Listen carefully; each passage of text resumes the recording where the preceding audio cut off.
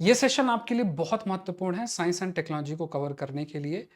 जो syllabus GS paper 3 का mentioned है उसके अकॉर्डिंग टॉपिक्स को कैटेगराइज किया गया है। देखिए, I have been taking newspaper since मतलब ऑलमोस्ट 10 ईयर्स आपके हो चुके हैं। तो अलग अलग जो भी आप क्वेश्चंस देखेंगे जो मेंस के अंदर आते हैं वो मेनली एप्लीकेशन बेस्ड प्रश्न आते हैं, और कभी 2 प्रश्न आ जाते हैं, कभी 3 प्रश्न आ जाते हैं, कभी 30 नंबर का साइंस टेक आ जाता है, कभी 40 नंबर का साइंस टेक आता है। तो एटलीस्ट ये जो टॉपिक्स है, ये 1 घंटे का जो सेशन है, इसको बड़े ध्यान से देखना है। इसमें जो चीज़ की गई है वो ये है कि जो भी सिलेबस में चीज़ें मेंशन्ड है उसी के अकॉर्डिंग टॉपिक्स को कैटेगराइज किया गया है। तो जैसे सपोज करिए कि स्पेस टेक्नोलॉजी है, तो हमने उसमें क्या क्या किया है, तो मेजर चीज़ें उसमें डिस्कस्ड हैं। और मेडिकल साइंस के फील्ड में हमने क्या किया, तो मेजर चीज़ें हैं। तो वो एक क्विक रिवीजन आपका हो जाएगा। कवरेज अगर आप देखें तो ये सारे टॉपिक्स ऑलमोस्ट 1 ईयर्स के से लाइक ऑलमोस्ट जुलाई 2025 से चीज़ों को कवर किया गया, तो काफ़ी कुछ कवर्ड है। देखिए, इस चैनल को सब्सक्राइब भी करना है, और कोई भी क्वेरी है तो लास्ट में मैंने आपको अपना नंबर दे रखा है, वहाँ से आप मैसेज कर सकते हैं, वहाँ पे कोई भी डाउट है तो कर सकते हैं। इस सेशन को बड़े ध्यान से देखना है। पीडीएफ के लिए उसी नंबर पे आपको मैसेज करना है। स्टार्ट करते हैं। देखिए, अगर आप साइंस टेक का पेपर देखेंगे ना, जीएस पेपर 3 में जो प्रश्न आते हैं तो वो थीम बेस्ड होता है। जैसे कई बार क्या है कि मेडिकल साइंस में जो डेवलपमेंट है वहाँ से प्रश्न बना लेते हैं, एनर्जी कंटेक्स्ट में जो चीज़ें हो रही हैं वहाँ से बना लेते हैं। जैसे न्यूज़ क्या होती है, स्पेसिफिक आती हैं।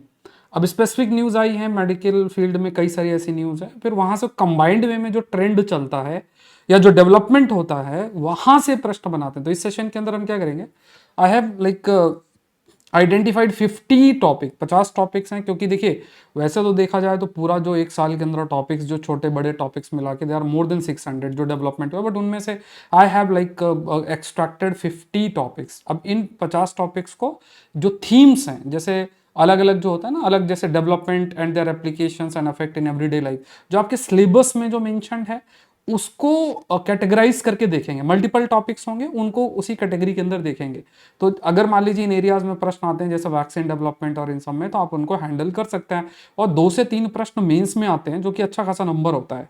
2 प्रश्न भी अगर आ गए और 15-15 के आ गए, या एक 10 और एक और 15 का आ गया, 25 नंबर हो गया, या 3 प्रश्न आ गए 2 15 का और एक 10 का, तो वो 40 नंबर आपके हो जाते हैं, जो कि काफ़ी बड़ा नंबर है। ठीक है, तो पहली थीम लेते हैं। पहली थीम इसमें आप ध्यान रखना है, वो एक थीम है that we call it as development and their applications and affects in everyday life. इसमें आपके 10 टॉपिक्स, इसलिए बड़े ध्यान से देखिएगा। अब इसमें क्या है, पहला जो एस्पेक्ट है वो डेंगू वैक्सीन कंटेक्स्ट में डेवलपमेंट है। देखिए, वैक्सीन के टाइप्स पे कई बार यूपीएससी ने प्रश्न बनाया हुआ है। वैक्सीन की बेसिक प्रॉपर्टी जो है, आई होप सभी को आप लोगों को पता होगा। और वैक्सीन कई प्रकार की होती है। जैसे मान लीजिए एक वैक्सीन आपकी एमआरएनए बेस्ड वैक्सीन होती है, जैसे कोरोना के केस में ये वैक्सीन का इस्तेमाल करने की बात की गई थी। एमआरएनए बेस्ड वैक्सीन क्या होता है कि जैसे ये वायरस है, और वायरस के ऊपर जो उसको कवर करने वाली जो प्रोटीन्स होती है ना, जो कवर करने वाली वायरस के ऊपर प्रोटीन होती है, जो एनवेलप होता है उसकी जो इंफॉर्मेशन होती है कि कौन सी ये प्रोटीन है, वो मैसेंजर आरएनए के पास आती है। इस मैसेंजर आप कह सकते हैं, ये जो मैसेंजर आरएनए है, ये जो आपका मैसेंजर आरएनए है, इसको यूज करके जो वैक्सीन है वो डेवलप आपकी की जाती है। और उसको फिर क्या है कि उसको एमआरएनए बेस्ड वैक्सीन बोलते हैं। मतलब अगर ब्रीफ में आप देखें, अब अभी लेटेस्ट डेवलपमेंट हुआ है वो डेंगू वैक्सीन बनाने की बात की गई, क्यूडेगा। तो ये क्यूडेगा क्या है, वैक्सीन डेवलपमेंट में एक महत्वपूर्ण है। इसको आपको ध्यान में रखना है कि जैसे वैक्सीन क्या है, ये कैसे वर्क करती है। इस पर 2022 में भी आई थिंक यूपीएससी ने प्रश्न बनाया था। और इसमें एक कंसेप्ट आता है एंटीबॉडी डिपेंडेंट एनहांसमेंट का। जिसे देखिए क्या है कि जो डेंगू है, डेंगू के जो कॉजल ऑर्गेनिज्म अगर आप देखेंगे तो इसके 4 सीरोटाइप्स होते हैं। ये पॉइंट आप याद रखिएगा कि 4 मेजर इसके सीरोटाइप होते हैं। मतलब एक टाइप ऑफ वायरस से ना होके 4 इसके टारगेट सीरोटाइप्स आपके होते हैं। तो ये क्या है, वैक्सीन टेट्रावैलेंट है। मतलब ये वैक्सीन जो बनाई गई है, इस वैक्सीन के अंदर 4 तरीके के स्ट्रेन्स मौजूद हैं, 4 ही सीरोटाइप मौजूद है। इसका मतलब ये है कि देखिए, जो डेंगू है, डेंगू को जब आप ट्रीट करने के लिए कोशिश करते हैं तो उसमें एक जो बड़ा चैलेंज आता है वो यही आता है कि अगर एक से आपको हुआ और फिर आप ठीक हो गए, तो दूसरे स्ट्रेन से भी हो सकता है, तीसरे से भी हो सकता है। तो इसलिए डेंगू के खिलाफ वैक्सीन बनाना बहुत मुश्किल है। क्यूडेंगा क्या कर रहा है, वो क्या कर रहा है, डेंगू ऐसी मतलब डेंगू के प्रति ऐसी वैक्सीन उसने डेवलप किया है कि जो कि चारों के चारों जो सीरोटाइप है उसको कैरी करेगा। अब इसमें कहा गया कि एंटीबॉडी डिपेंडेंट इन्हांसमेंट भी पॉसिबिलिटी हो सकती है। मतलब देखिए जो पहला सीरोटाइप एंटीबॉडी, जैसे मान लीजिए पहला सीरोटाइप एंटीबॉडी, इट में help a new serotype infect cells more effectively. जैसे इस पे चैलेंज क्या होता है, जैसे सपोज करिए कि आपके शरीर के अंदर, क्योंकि ये लाइव एट्यूनेटेड वैक्सीन है, लाइव एट्यूनेटेड का मतलब हो गया कि जो वायरस है उसको वो एक जीवित स्थिति में है और उसको वीक फॉर्म में आपके शरीर के अंदर इंट्रोड्यूस किया गया। अब आपके शरीर के अंदर अगर वो एंटर करता है तो देयर इज अ पॉसिबिलिटी कि वो आपको इन्फेक्ट भी करता है, लेकिन ठीक है वो वीक फॉर्म में, वीक फॉर्म में होगा तो उसके प्रति क्या बनेगी, उसके प्रति एंटीबॉडीज बनेगी। और ये जो एंटीबॉडीज होंगी, ये जो एंटीबॉडीज आपकी सो कॉल्ड डेवलप होंगी, वही हमें प्रोटेक्ट करती है। सपोज एक वायरस है, उसकी एंटीबॉडी डेवलप की तो वही एंटीबॉडी फर्दर दूसरे जो वायरस हैं उसको भी, उसके खिलाफ भी शरीर में एंटीबॉडी डेवलप हो उसके लिए एक प्रकार से फैसिलिटेट करेगी। तो कहने का क्या मतलब है कि एक एक सपोज एक सीरोटाइप S1 है और ये इसके प्रति जो एंटीबॉडी बनेगी वही एंटीबॉडी दूसरे जो सीरोटाइप है उसके प्रति जो एंटीबॉडी बनेगी उसको, उसके डेवलपमेंट में एक रोल प्ले करेगी। इसको बोलते हैं एंटीबॉडी डिपेंडेंट इनहैंसमेंट। ये थोड़ा सा टर्म है जो आपको थोड़ा सा ध्यान में रखना है कि जो 4 सीरोटाइप प्रोटेक्शन क्यों मैटर करता है, क्योंकि इन्फेक्शन बाय वन सीरोटाइप जो है does not protect against another. और अगर मान लीजिए कि अगर कोई दूसरे सीरोटाइप से इन्फेक्ट होता है तो वो एक प्रकार से आप कह सकते हैं कि वो और नुकसान, मतलब जैसे मान लीजिए एक से एक के प्रति एंटीबॉडीज है और वो दूसरे से इन्फेक्ट हो गया तो फिर शरीर नहीं बच पाता। इसलिए क्या है, ये 4 जो सीरोटाइप बेस्ड जो वैक्सीन है इसको डेवलप आपका किया गया। अब इसमें आपको ये भी ध्यान में रखना है कि इसका पूरा ट्रायल और ये सब किया गया, लेकिन इस पर चिंता का विषय है जिसे हम एंटीबॉडी डिपेंडेंट इन्हांसमेंट बोलते हैं, जो कि एक मैटर ऑफ कंसर्न हो सकती है। वर्ल्ड हेल्थ ऑर्गेनाइजेशन ने भी रिकमेंड किया है कि इसको हाई ट्रांसमिशन रीजन के अंदर इस वैक्सीन को यूज़ किया जा सकता है। दूसरा देखिए इसी में एक और मतलब एक दूसरा जो डेवलपमेंट आपका हुआ है इसी फील्ड में, जो कि मतलब आप कह सकते हैं सिंथेटिक बायोलॉजी के कंटेक्स्ट में आपके लिए प्रश्न आ सकता है इस तरीके से। तो इसमें क्या है कि GLP-1 ड्रग है जो कि क्या है कि फैट को, मतलब जैसे ये क्या है, it will mimic the hormones जो कि डाइजेशन और डाइजेशन को स्लो डाउन करेगी और इंसुलिन को बूस्ट करेगी। तो ये इसे हम एक थिन फैट फिनोटाइप कंटेक्स्ट में कंसीडर करते हैं। मतलब जैसे कहने का मतलब ये है कि ये जो हमारा इंटेस्टाइन है ना, उसी में एक हार्मोन होता है और उसी हार्मोन को मिमिक करते हुए ये दवा बनाई गई है। अब इसका मेनली जो कह सकते हैं कि वेट रिडक्शन में एक महत्वपूर्ण आपका रोल है। WHO ने कहा है कि जो ओबेसिटी है वो एक क्रोनिक डिजीज़ है, ये सिर्फ लाइफस्टाइल फेलियर नहीं है, और रिकमेंड किया है GLP-1 थेरेपी कंडीशन को। फ्लैक्स मेजर इक्विटी गैप्स, मतलब जो भी इक्विटी गैप्स का मतलब हो गया कि जो अवेलेबिलिटी है वो हर जगह इंश्योर किया जा सके। इसमें सेमाग्लूटाइड जो है ये आपका अवेलेबल है, और इसमें जो ईस्ट है, ईस्ट का इस्तेमाल करके, जिसे हम कहते हैं इंजीनियर्ड ईस्ट है ना, ये भी एक माइक्रो ऑर्गेनिज्म है, इसका इस्तेमाल करते हुए और इसको डेवलप किया जा सकता है। तो इसे ये टर्म भी आपको थोड़ा सा ध्यान में रखना है। तीसरा देखिए एक और वैक्सीन कंटेक्स्ट में जो डेवलपमेंट है जो अभी मैंने आपको एक्सप्लेन किया था, mRNA या नेक्स्ट जनरेशन वैक्सीन कंटेक्स्ट में है। तो देखिए सिंपल सी बात आपको ध्यान में रखना है कि जो यहाँ पे वैक्सीन बनती है, जैसे ये वैक्सीन बेस्ड किस पे होती है, प्रोटीन पे बेस्ड होती है। कौन सी प्रोटीन बनेगी उसकी इन्फॉर्मेशन मैसेंजर RNA के पास होता है, ठीक है। जैसे सपोज करिए कि हमारा ये सेल है और उसके अंदर ये आपका न्यूक्लियस है, न्यूक्लियस के अंदर DNA है, DNA के पास ये इन्फॉर्मेशन होती है कि कौन सी प्रोटीन बनती है। उस DNA से इन्फॉर्मेशन ले जाके कौन जाता है, वो मैसेंजर RNA जाता है, ठीक है। तो मैसेंजर RNA के पास ही वो सारी जानकारी होती है कि कौन सी प्रोटीन बनेगी। तो ये आप ध्यान रखना, इस मैसेंजर RNA को वैक्सीन के रूप में यूज़ किया जाता है। शरीर जो है और जब ये एंटर करती है तो वही प्रोटीन प्रोड्यूस करती है और शरीर उसके प्रति एंटीबॉडीज बनाता है। तो ये क्या है, ये डिलीवर करता है genetic instruction for the cell, जिससे कि टारगेट एंटीजन बनता है और फिर धीरे धीरे करके उसके प्रति वैक्सीन बनता है। इंडिया का जो इनोवेशन है एड फैल्की वैक्स करके है, और डुअल स्टेज मलेरिया वैक्सीन, ये सब भी आपका डेवलप किया गया है। मतलब डिफरेंट टाइप ऑफ जो वैक्सीन हैं वो आपकी डेवलप की जा रही है नेक्स्ट जनरेशन वैक्सीन की अगर बात किया जाए। So India own indigenous platform है, ये ध्यान में रखना है कि पहला indigenous dual stage malaria vaccine आपकी डेवलप की है। मतलब एक तो वो इन्फेक्शन से पहले और दूसरा ट्रांसमिशन ना कर पाए, और ठीक है, तो ये किया गया है। एक ट्रांसमिशन ब्लॉकिंग वैक्सीन जो है, जो कि they are also a distinct next generation category. कैसे जो मॉस्किटोज़ हैं वो अगर बाइट भी करते हैं तो वो उनकी जो कैपेबिलिटी है टू ट्रांसमिट जो भी पैरासाइट है वो ना कर पाए, इस तरीके से कई सारी वैक्सीन आपके डेवलप की जाए, ध्यान में रखना है। नेक्स्ट जो आपको एक और जो, क्योंकि देखिए हमारी जो थीम यहाँ पे डिस्कशन की है that is development and their application and affect in everyday life, ये थीम है, ठीक है, तो इसलिए ध्यान रखना है।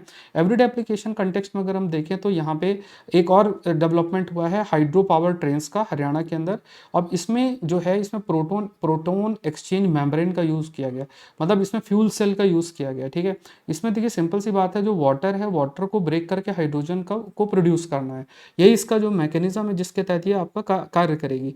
लगभग 10 कोचेज और 2600 पैसेंजर की कैपेसिटी है, 110 किलोमीटर प्रति घंटा की स्पीड से जा सकती है, और ये काफ़ी अच्छा स्टैंडर्ड है इसको। और ये हाइड्रोजन जो है वो जिंद ग्रीन हाइड्रोजन प्लांट है वहाँ से ये प्रोड्यूस होगा, और वाटर को ब्रेक डाउन करके इसको प्रोडक्शन आपका किया जाएगा।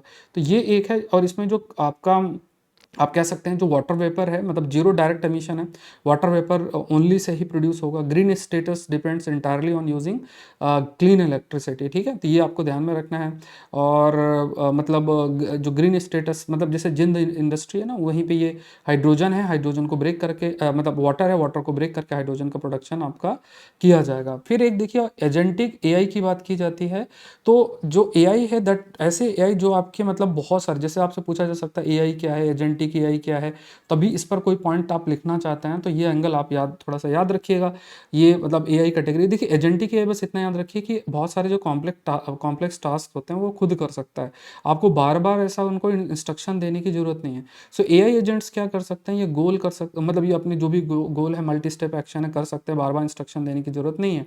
3 stages economic framing, industrial labour, knowledge economy, बहुत सारे एस्पेक्ट पे जो है, मतलब अगर आप इवोल्यूशनरी एस्पेक्ट पे देखें तो आज के टाइम पे एजेंटिक इकोनॉमी की भी बात होती है। एजेंटिक इकोनॉमी में आप ये वर्ड याद रखिए कि जो कि एआई सुपरविजन और एआई बेस्ड जो है, एआई के द्वारा चीज़ें रन करके इकोनॉमिक एक्टिविटी डेवलप हो रहा है। तो सिर्फ जो इंसान का रोल है वो ऐसा नहीं कि टास्क को वो एग्जीक्यूट कर रहा है, डिफाइनिंग द राइट टास्क और रिव्यूइंग द एआई आउटपुट, यहाँ तक रोल शिफ्ट आपका धीरे धीरे हो रहा है। मतलब यहाँ पे हम सिर्फ ऐसे जो टास्क है उसको डिफाइन नहीं कर रहे हैं, उसको रिव्यू करने का भी कर रहे हैं। और इससे आप कह सकते हैं कि जो सेस्पो क्लिप्स सॉफ्टवेयर सेल ऑफ है, इससे काफ़ी अधिक, मतलब आप देखेंगे ये सेस्पो क्लिप्स की बात की गई है। जो सेस्पो क्लिप्स है, मतलब ये आप ये मानिए कि एक ये ऐसी स्थिति है जहाँ पे ये जो नॉर्मल सॉफ्टवेयर्स होते हैं ना जिनका इस्तेमाल हो रहा है उनका धीरे धीरे अंत होना, उसको हम सेस्को प्लस वर्ड यूज़ करते हैं। सो एआई एजेंट जो टूल्स हैं इन्होंने जो ग्लोबल सॉफ्टवेयर सेक्टर्स उसको काफ़ी अधिक अफेक्ट भी किया है नेगेटिवली, आप देखिए, और इसी के लिए टर्म जो है सेस्पो क्लिप्स यूज़ किया गया, तो याद रखना है। तीसरा नेक्स्ट एक टॉपिक इसी थीम के अंदर देखते हैं, यूपीआई और डिजिटल पब्लिक इंफ्रास्ट्रक्चर। देखिए डिजिटल पब्लिक इंफ्रास्ट्रक्चर का मीनिंग क्या होता है, दैट इज जैसे UPI and digital public infrastructure, तो डीपीआई वर्ड हम इसके लिए यूज करता है। तो डिजिटल पब्लिक इंफ्रास्ट्रक्चर का मीनिंग क्या होता है, पब्लिक इंफ्रास्ट्रक्चर क्या, जैसे मान लीजिए आप किसी फिजिकल इंफ्रास्ट्रक्चर की बात करते हैं तो रोड हो गया, रेल हो गया, ये सब होता है।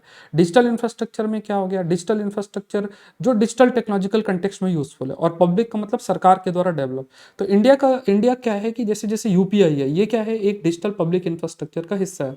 तो ये देखिए भारत काफ़ी अधिक जैसे डिजिटल स्टैक्स जो आइडेंटिटी पेमेंट डेटा है और साथ में दैट अदर कंट्री मतलब हमसे सीख सकती है। इवन यूएस की बड़ी बड़ी जो टेक प्लेटफॉर्म मॉडल, चाइना के स्टेट सर्विलेंस मॉडल की अगर हम बात करें तो उनके लिए भी हम एक कहें तो कोर कंपोनेंट इसमें जैसे आधार हो गया, यूपीआई हो गया, डिजी लॉकर हो गया, ओएनडीसी ओपन जो कॉमर्स है, कोविन करके है, ठीक है, जो वैक्सीन कंटेक्स्ट में यूज़फुल था, तो ये सब है। जैसे ध्रुव, डिजिपिन, ये भी एक प्रकार से डिजिटल पे मतलब डिजिटल कंटेक्स्ट में ये भी एक लेयर है, ये भी एक डेवलप हो रहा है। तो ये एक पॉइंट आप याद रखिएगा।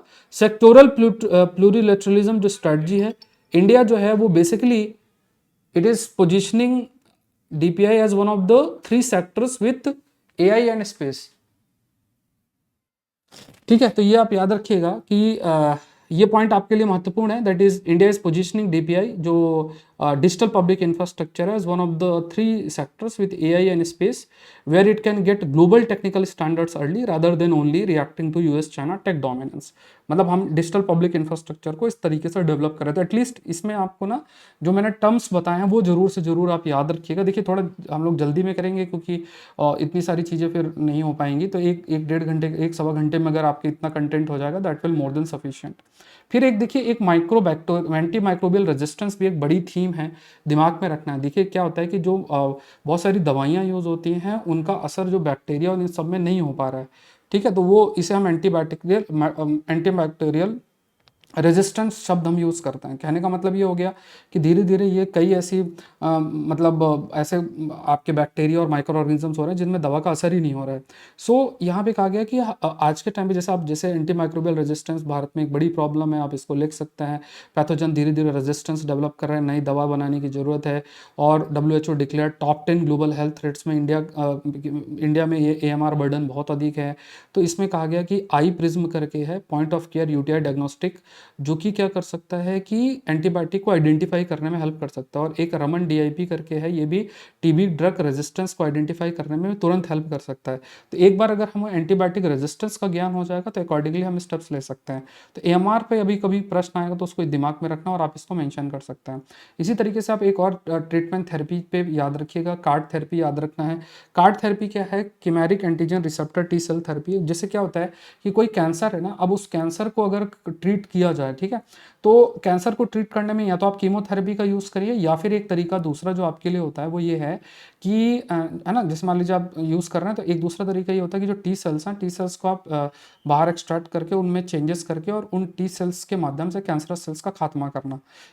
ये जो अप्रोच है इसको कार टी सेल थेरेपी बोलता है। तो इसमें क्या होता है, जो कैंसर सेल्स में एक स्पेसिफिक रिसेप्टर होता है उसको ये आइडेंटिफाई कर लेता है। मतलब जैसे टी सेल्स हैं, टी सेल्स को आप लैब में लेकर गए, लैब में जाकर उनमें चेंजेस किए, चेंजेस करके आपने डायरेक्टली जो है आपने हिट किया। हिट इन द सेंस कि जो डायरेक्टली जो है जो भी आपके सो कॉल्ड आप कह सकते हैं कि जो कैंसर कॉजिंग ऑर्गेनिजम्स हैं वो कैंसर कॉजिंग ऑर्गेनिज्म या कैंसर कॉजिंग जो सेल्स हैं उनको डायरेक्टली वो आइडेंटिफाई करके टी सेल्स खात्मा कर देगी। तो इस अप्रोच को कार टी सेल थेरेपी भी बोलते हैं। तो ये थोड़ा सा पॉइंट आप याद रखिएगा। इसमें गोल्डी लॉक प्रॉब्लम शब्द याद रखिएगा, जिसमें क्या होता है कि जैसे मान लीजिए अब अगर हम कैंसर के ट्रीटमेंट करते हैं तो उसमें सबसे बड़ा जो चैलेंज होता है कि जो कैंसरस सेल्स हैं उसके बगल में हेल्दी सेल्स होते हैं, तो किस तरीके से हेल्दी सेल्स को बचाया जा सके, ठीक है, और कैंसरस सेल्स जो हैं वो उनका खात्मा किया जा सके। तो अगर कैंसर सेल्स को खात्मा करने में अगर आप जो कैंसर सेल्स हैं, कैंसर सेल को अगर आप खात्मा करने के लिए आपने हेल्दी सेल्स का खात्मा किया तो वो नुकसान करता है। तो ये सबसे बड़ा एक चैलेंज आपका बनता है। तो HIT receptor targets solid tumours, detect low antigens. तो ये आप मतलब ये चीज़ आप थोड़ा सा ध्यान में रखना है, महत्वपूर्ण पार्ट है कि ये जो सर्टन रिसेप्टर्स होते हैं जो कैंसरस सेल्स के ऊपर होते हैं, जैसे कैंसर सेल्स है उसके ऊपर रिसेप्टर्स होते हैं, उनको आइडेंटिफाई करके और ये टी सेल्स उसको आइडेंटिफाई करके और उसका खात्मा कर सकते हैं। नेक्स्ट एक टॉपिक आप और याद रखिए जो कि महत्वपूर्ण इसी एरिया में आता है, वो है एग्रोवोल्टेक्स के बारे में। एग्रोवोल्टेक्स क्या है? ये डुअल लैंड यूज है। डुअल लैंड यूज का मतलब आप देखिए जैसे लैंड है, लैंड के ऊपर ये प्लांट्स है, प्लांट्स के ऊपर ये सोलर पैनल्स हैं, ठीक है। तो ये आपके, तो यहाँ पे आप एग्रीकल्चर मतलब यहाँ क्रॉप्स आप उगा रहे हो, और वोल्टेक्स का मतलब क्या है? ये सोलर पैनल्स आप उगा रहे हो। तो दोनों कंबाइन आप कर दीजिए इसमें, ठीक है। तो ये एग्रोवोल्टेइक होता है। तब इसमें कॉमन सेंस आप लगा के कर सकते हैं। यहाँ पे सोलर और कल्टीवेशन दोनों चीज़ हो सकती है। यहाँ पे फूड्स और एनर्जी सिक्योरिटी दोनों चीज़ आप डील कर सकते हैं। वाटर एफिशिएंसी इंप्रूव होती है। नुकसान से है होता है कि देखिए कौन सी क्रॉप यूज़ करना है, कौन सी क्रॉप का इस्तेमाल आप मतलब यहाँ पे आप करेंगे, ऐसा नहीं, क्योंकि शेड लविंग क्रॉप्स आपको ग्रो करनी पड़ेगी। ऐसे कुछ पॉइंट्स आप क्रिएट कर सकते हैं। अभी अलग से मैंने पहले पढ़ा रखा है। देखिए मेरे जितनी भी क्लासेस होती हैं वो Saurabh Pandey UPSC YouTube channel पे होती हैं और सौरभ पांडे CSE ऐप के अंदर है। बहुत अच्छे इनिशिएटिव्स हैं, जैसे मंथली मैगजीन भी आ रही है, सब्सक्रिप्शन प्लान उसका भी है, डेली करंट अफेयर्स भी चल रहा है, एग्रीकल्चर ऑप्शनल भी है, तो उसके लिए आप मुझसे जुड़ें, ठीक है। अभी बहुत सारे अभी टॉपिक्स हैं, आगे अपना थोड़ा सा कंसंट्रेशन बनाइएगा। डिजिटल रुपीज़ वर्ड आप याद रखिएगा, ये भी एक महत्वपूर्ण एरिया बनता है, और ये है central bank digital currency. Digital currency simple सी बात है, जैसे एक क्रिप्टो करेंसी होती है, जैसे बिटकॉइन एक क्रिप्टो करेंसी है। उसको जनरेट करने के लिए क्या होता है, सर्टन एल्गोरिदम यूज़ करते हुए वहाँ से जो है करेंसी माइनिंग आपकी या बिटकॉइन माइनिंग आपकी, मतलब या क्रिप्टो माइनिंग आपकी की जाती है। अब इसमें क्या होता है, जो जैसे मान लीजिए कि करेंसी जैसे रुपीज़ है, रुपीज़ को ई फॉर्म में कर देना तो वो डिजिटल रुपीज़ हो जाती है। तो सेंट्रल बैंक डिजिटल करेंसी अब इसमें प्रयास किया जा रहा है, मतलब कि कैसे हम इसको इस्तेमाल करें। प्रयास ये भी किया जा रहा है कि जैसे मान लीजिए बहुत सारे जैसे ब्रिक्स देश हैं, वो भी कोशिश कर रहे हैं कि जो जैसे central bank digital currency pilot project भी लॉन्च किया गया कि डिजिटल करेंसी का यूज़ किया जाए, ई रुपीज़ का यूज़ किया जाए। इवन जो ब्रिक्स है वो भी, उनका भी प्रपोजल है कि 2026 समिट एजेंडा के अंदर जो कि इंडिया होस्ट किया था, तो एम्स की क्रॉस बॉर्डर जो पेमेंट है मेंबर्स के बीच में किया जा सके, इस पेमेंट को कैसे किया जा सके वो उस पर भी कोशिश किया जाएगा। अगर इसको अलाउ कर दिया जाएगा तो फिर डॉलर का यूज़ ज़रूरत ही नहीं पड़ेगी। तो जो क्रिप्टो करेंसी वो मेनली प्राइवेट होती हैं, कोई बैकिंग नहीं होता। CBDCs basically sovereign stable and central bank liabilities होती हैं। देखिए एक टर्म और यहाँ पे यूज होता है, स्टेबल कॉइन। स्टेबल कॉइन क्या होता है, देखिए स्टेबल कॉइन का मतलब होता है जैसे मान लीजिए कोई क्रिप्टो करेंसी होती है ना, जैसे बिटकॉइन, इसका कोई प्राइस फिक्स नहीं। जैसे गोल्ड है, गोल्ड का कोई प्राइस फिक्स नहीं है। करेंसी क्या, अगर आपके पास 50 रुपये है तो 50 रुपये का प्राइस 50 रुपये ही होगा। लेकिन क्रिप्टो करेंसीज क्या होती हैं, वो उनका वैल्यूएशन जो है वो बढ़ता है, उसका वैल्यूएशन चेंज होगा, एसेट्स में चेंजेस आएंगे। ठीक है, तो ये आप ध्यान रखिए। स्टेबल कॉइन का मीनिंग क्या होता है, देखिए स्टेबल कॉइन आप वर्ड याद रखिए कि ऐसी क्रिप्टो करेंसी जिनकी वैल्यू को फिक्स कर दिया जाता है। यूएस इस पर काफ़ी कोशिश कर रहा है जिससे कि ज़्यादा से ज़्यादा जो है क्रिप्टो करेंसी का यूज़ हो सके। चलिए सेकंड थीम की तरफ चलते हैं। सेकंड थीम आपकी आती है जो कि आपके सिलेबस के अंदर भी मेंशन्ड है, वो है achievements of Indian science and technology. इस पर किसी पर भी प्रश्न बन जाए तो मैंने कुछ 8-10 टॉपिक्स इसमें किए हुए हैं, आप दिमाग में रखिएगा अपने, कि कहीं भी आप यूज़ चाहें तो यूज़ कर सकते हैं। ठीक है, देखिए निसार सैटेलाइट आप याद रखिएगा।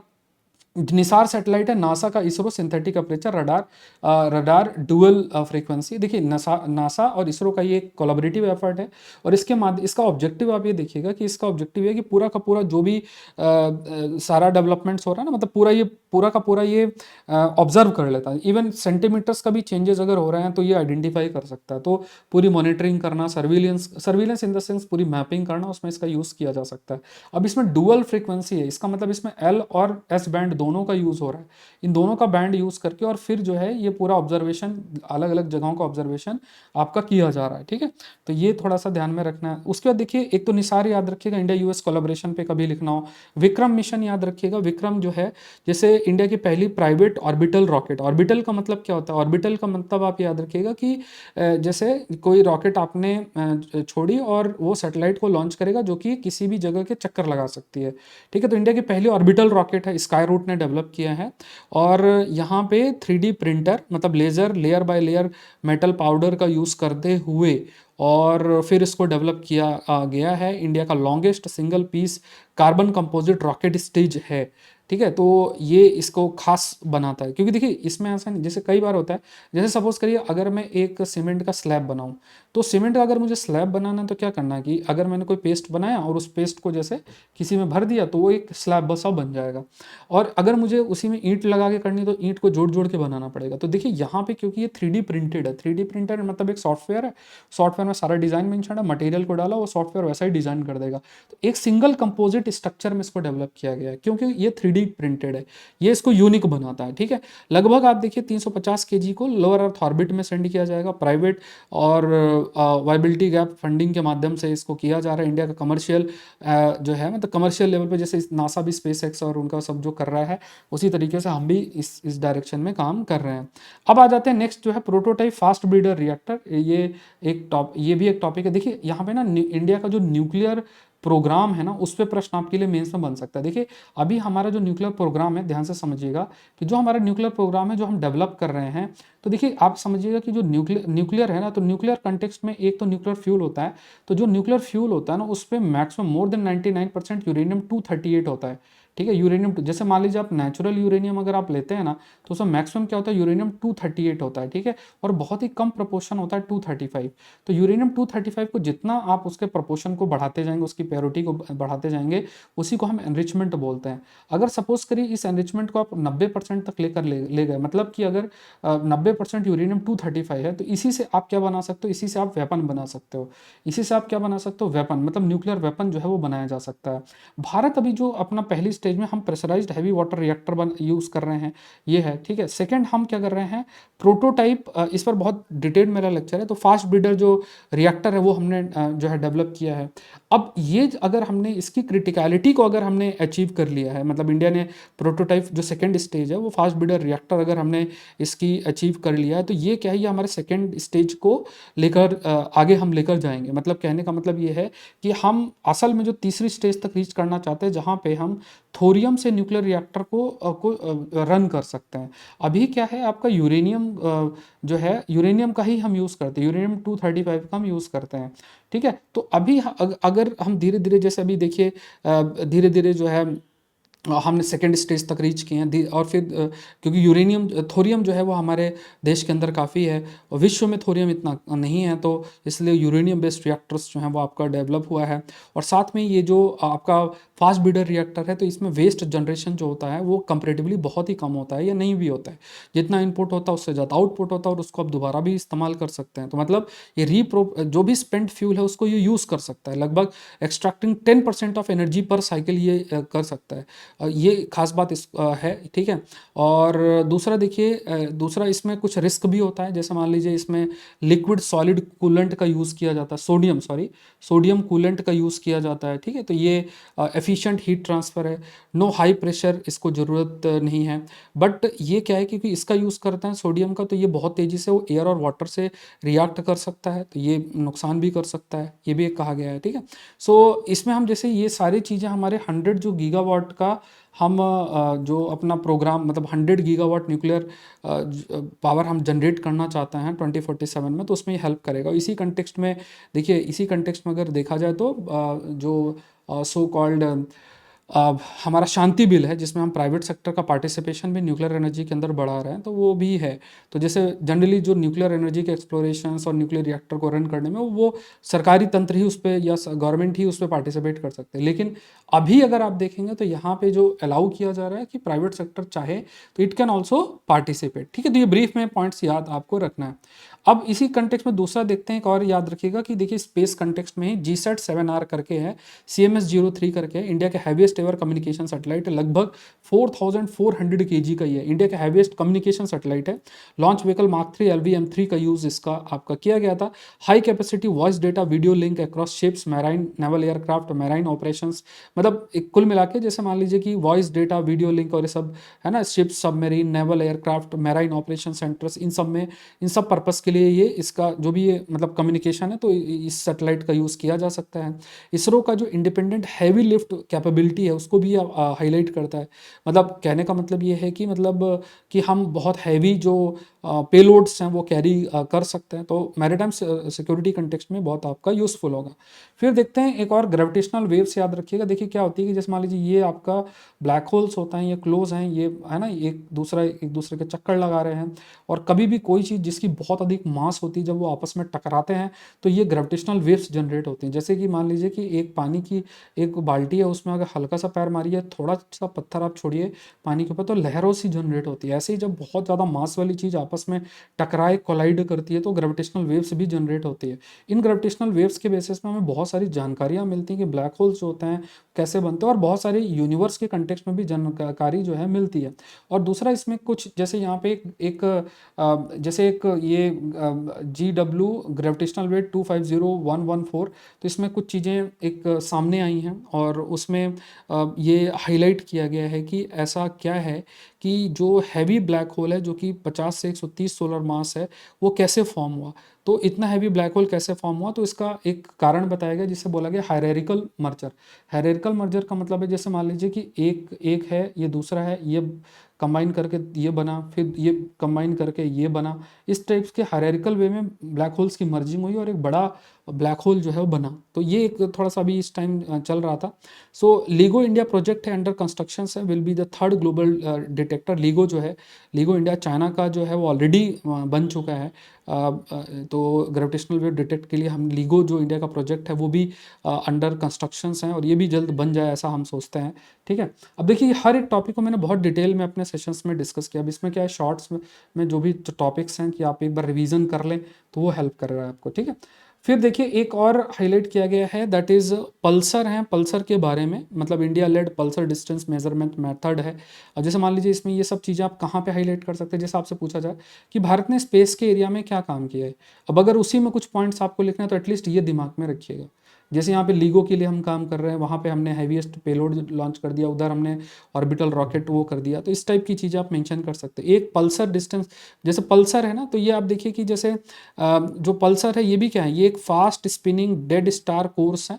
Like they are dense fast spinning dead star cores हैं जो कि यूज़ होता है मतलब एक डिस्टेंस मेजरमेंट पर्पस के लिए यूज़ होता है। तो इसमें एक नया मेथड डेवलप किया गया है और उस मेथड के बेसिस में जो है हम जान सकते हैं कि मतलब पल्सर के बेसिस में जो डिस्टेंस हम नाप सकते हैं। सो इंडिया के जो एस्ट्रोनॉमर्स हैं उन्होंने डेवलप किया है एक मेथड को जिसके माध्यम से distance to pulsar by combining, एक मेथड है जिसे हम कहते हैं डिस्पर्जन मेथड और स्कैटर ब्रॉडनिंग इफेक्ट। इसके अब इसमें देखिए क्या है, ये बहुत ही टेक्निकल है, अब इतना तो हमने अभी इसको मैंने प्रॉब्लम्स में बहुत डिटेल में पढ़ाया था, बट इसमें आप थोड़ा सा जैसे मान लीजिए कि हमने असल में क्या प्रयास किया है, तो इसमें भी आप मेंशन कर सकते हैं। देखिए आईआईटी कानपुर ने पल्सर डिस्टेंस मेथड को ऐसा डेवलप किया है, उसके डिस्टेंस को हम नाप सकते हैं, ऐसा चीज़ कहा गया है, ठीक है। तो ये है, तो या फिर देखिए एक ये हमारा डिस्कशन हो गया। फिर देखिए एक और एरियाज पे अगर देखा जाए तो नेक्स्ट जो थीम आपकी आती है indigenous technology and developing new technologies. तो एक तो इसके अंदर आप शांति एक्ट जरूर से याद रखिएगा। शांति एक्ट ये आपको हाईलाइट करता है कि प्राइवेट सेक्टर के पार्टिसिपेशन को हम इंक्रीज करना पड़ता है, हम कर रहे हैं। मान लो मतलब सिर्फ स्टेट ही या सरकार ही सिर्फ हर चीज़ करे ऐसा नहीं है, प्राइवेट सेक्टर के प्रयास को इंक्रीज करना है। तो ये थोड़ा सा इसको डिटेल में भी एक्ट को चाहे तो पढ़ लीजिएगा आप, ठीक है। तो गवर्नमेंट मतलब एटॉमिक एनर्जी रेगुलेटरी जो बोर्ड है, AERB बोलते हैं उसको, उसको एक स्टेटरी स्टेटस दे दिया गया है इस एक्ट के तहत। और report to parliament, resolve long standing independence concern, controversial, मतलब यहाँ पे सर्टन चीज़ें हाईलाइट भी की गई हैं। जैसे मान लीजिए कि जो shifting risk to public nuclear liability fund, तो ये चीज़ भी कही गई। जैसे जैसे कई बार क्या होता है, प्राइवेट सेक्टर जो है ना वो पार्टिसिपेट करने से डरते थे, मतलब बाहर से भी अगर आएंगे तो उनका भी पार्टिसिपेशन से थोड़ा सा डर रहता था उनके दिमाग में। तो उस पार्टिसिपेशन को इम्प्रूव करने के लिए ये कहा गया, क्योंकि उनको ये था कि भाई आप लाइबल हो गए अगर कोई मेजर एक्सीडेंट होता है। तो इस चीज़ को क्या है, दूर किया गया है, इस एस्पेक्ट को जो है वो थोड़ा सा आपका दूर किया गया है कि ये जो डर है ना मतलब एक मन में है, तो उस चीज़ को कि भाई अगर ऐसा है तो उसके लिए स्पेसिफिक इन्होंने फंड क्रिएट किया गया, पब्लिक न्यूक्लियर लाइबिलिटी फंड है, वहाँ से चीज़ों को किया जाएगा, ठीक है। तो ये भी है। दूसरा ये जो एक जर्नल बैन है on patenting peaceful nuclear radiation uses, तो इस बैन को भी रिमूव किया गया। मतलब प्राइवेट न्यूक्लियर इनोवेशंस के लिए चीज़ें हैं, लोग अपना इनोवेट करके और अपना उसको पेटेंट भी करा सकते हैं। तो ये कुछ मेजर पॉइंट्स आपको ध्यान में रखना है कि एटॉमिक एनर्जी रेगुलेटरी बोर्ड है उसको भी सो कॉल्ड स्टेटस आपका दिया गया है, मतलब स्टेटरी स्टेटस आपका दिया गया है। फिर देखिए एडवांस मीडियम कॉम्बैट एयरक्राफ्ट याद रखना, इंडिया के indigenous 5th generation twin engine stealth fighter. Stealth world का मतलब क्या होता है, स्टेल्थ वर्ड जब आप यूज़ करते हैं इसका मतलब जैसे एक ऐसी टेक्नोलॉजी होती है जिसके माध्यम से रडार से वो डिटेक्ट नहीं होता है, आसान नहीं होता है कि वो डिटेक्ट हो सकें, ठीक है। तो यहाँ पे इसमें कई प्रकार के सेंसर्स और ये सब चीज़ें होते हैं और धीरे धीरे जो है मतलब यहाँ पे फॉरेन MK1, इंडिजिनस MK2, ऐसे कई प्रकार के, मतलब जैसे हमने MK2 इंजन है, फिर यहाँ मतलब धीरे धीरे हम इंडिजनाइजेशन इंजन का जो इंडिजनाइजेशन है उसकी तरफ हम क्या है धीरे धीरे हम प्रोसीड कर रहे हैं। ये पॉइंट भी आपका हाईलाइट किया। मतलब एडवांस मीडियम कम्बैट एयरक्राफ्ट की बात करें तो इसको बनाने में जैसे मेजर जो रोल है वो आपका DRDO एक तरफ आ गया है और दूसरी तरफ आपका DRDO,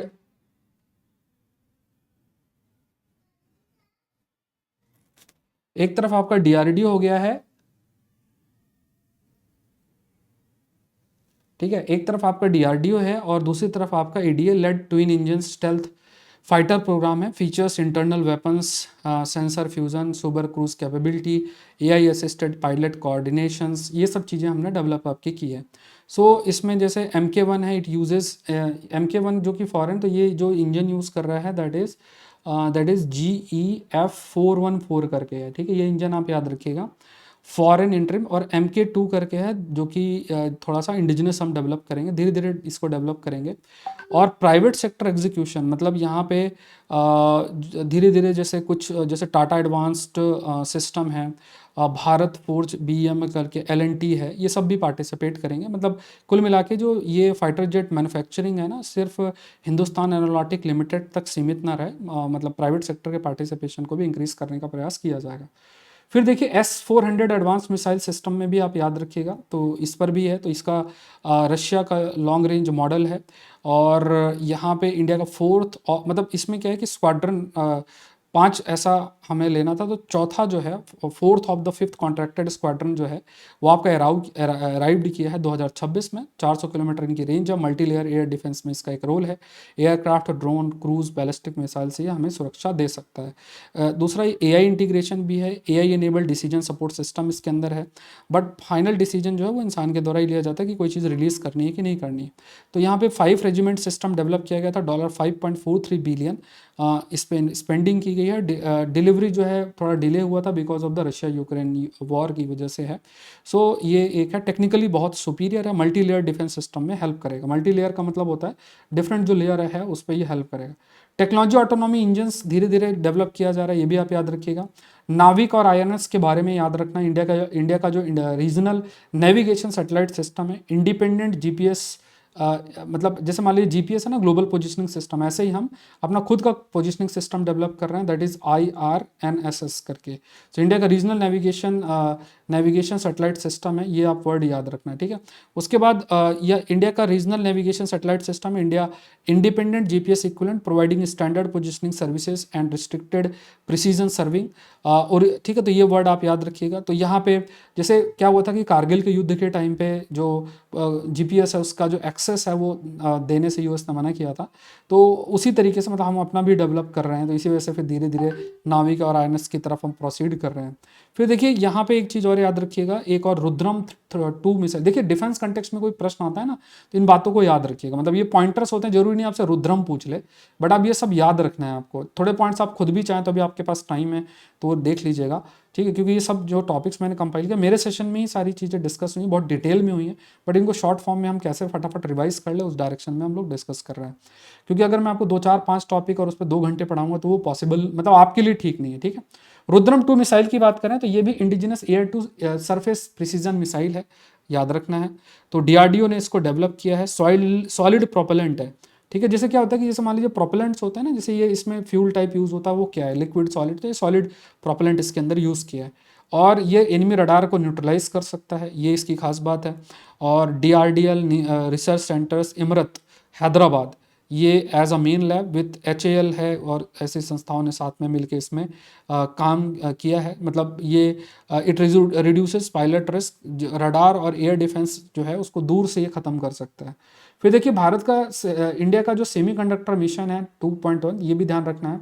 सेमीकंडक्टर में जैसे देखिए ऐसी चिप हम डेवलप कर रहे हैं, इस डायरेक्शन में हम कंटिन्यूसली जो है आगे बढ़ना चाहते हैं। 1.27 लाख जो है करोड़ इसमें स्पेंड कर रहे हैं। 5 ईयर का एक्सपेंशन इंडिया का शिप मैन्युफैक्चरिंग पुश में मूव्स बियॉन्ड फैब्रिकेशंस पैकेजिंग, मतलब जैसे क्या होता है ना कि सिर्फ ऐसा नहीं, जैसे ये चिप है, इस चिप के बनाने के कई प्रोसेस होते हैं, तो मतलब अब सिर्फ ऐसा नहीं कि हम इसके सिर्फ डिज़ाइन और ये सब तक सीमित हम, और इसको कंप्लीट पूरे तरीके से जो है इसकी मैन्युफैक्चरिंग पुश की तरफ हम प्रोसीड कर रहे हैं, जिसमें research equipment, high purity chemical gases, जो भी रिक्वायरमेंट है उसको हम करेंगे। तो जैसे मान लीजिए पहले हम फाउंडेशन की तरफ जाएंगे, जिसमें हम पैकेजिंग, सिलिकॉन फैब्रिकेशंस हैं, और कई ऐसी चीज़ें हैं उस पर हम वर्क करेंगे। इसमें टाटा इलेक्ट्रॉनिक्स और ये सब एक रोल प्ले करेंगे, और ठीक है, और टाटा इलेक्ट्रॉनिक्स जो है वो कमर्शियल प्रोडक्शन आपका 2028 से आपका चालू कर देंगे।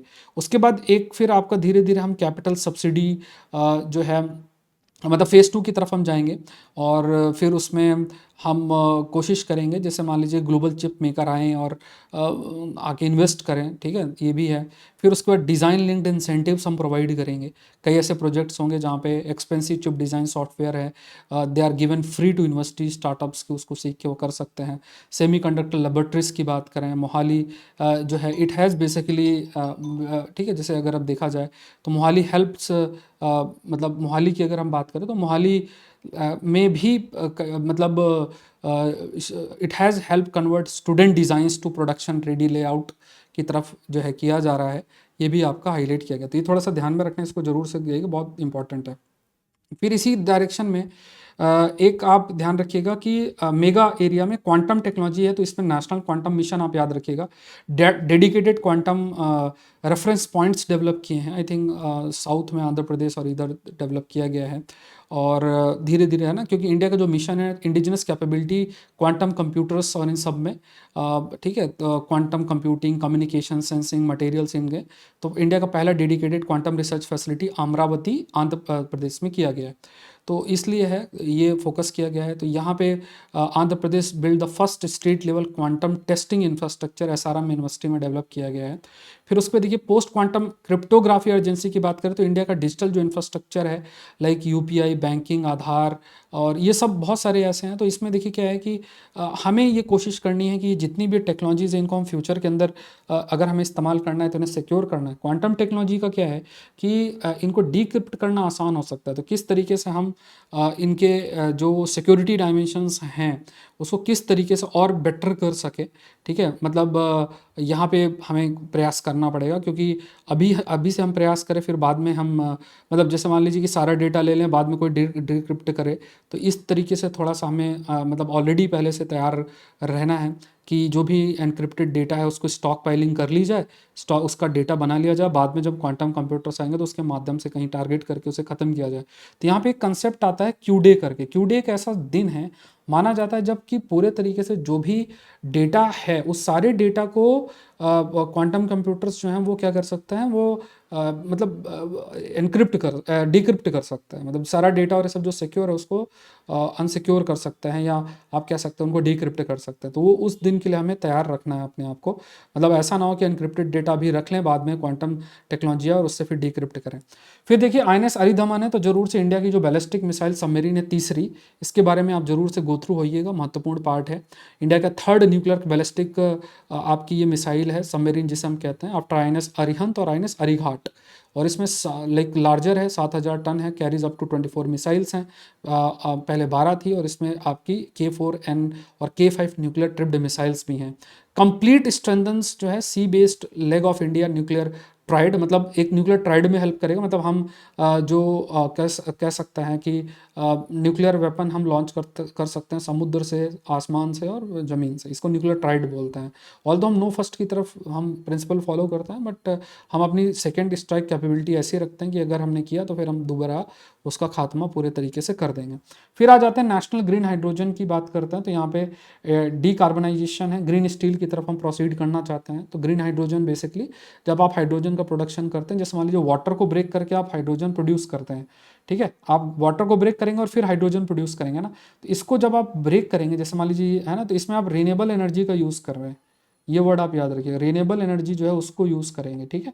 तो तब जो हाइड्रोजन बनेगा उसके लिए जो वर्ड हम यूज़ करेंगे that we call it as green hydrogen, है ना, ये ध्यान रखिए। इस ग्रीन हाइड्रोजन को यूज़ करके आप बाकी चीज़ों को मैन्युफैक्चरिंग उन सब में कर सकते हैं।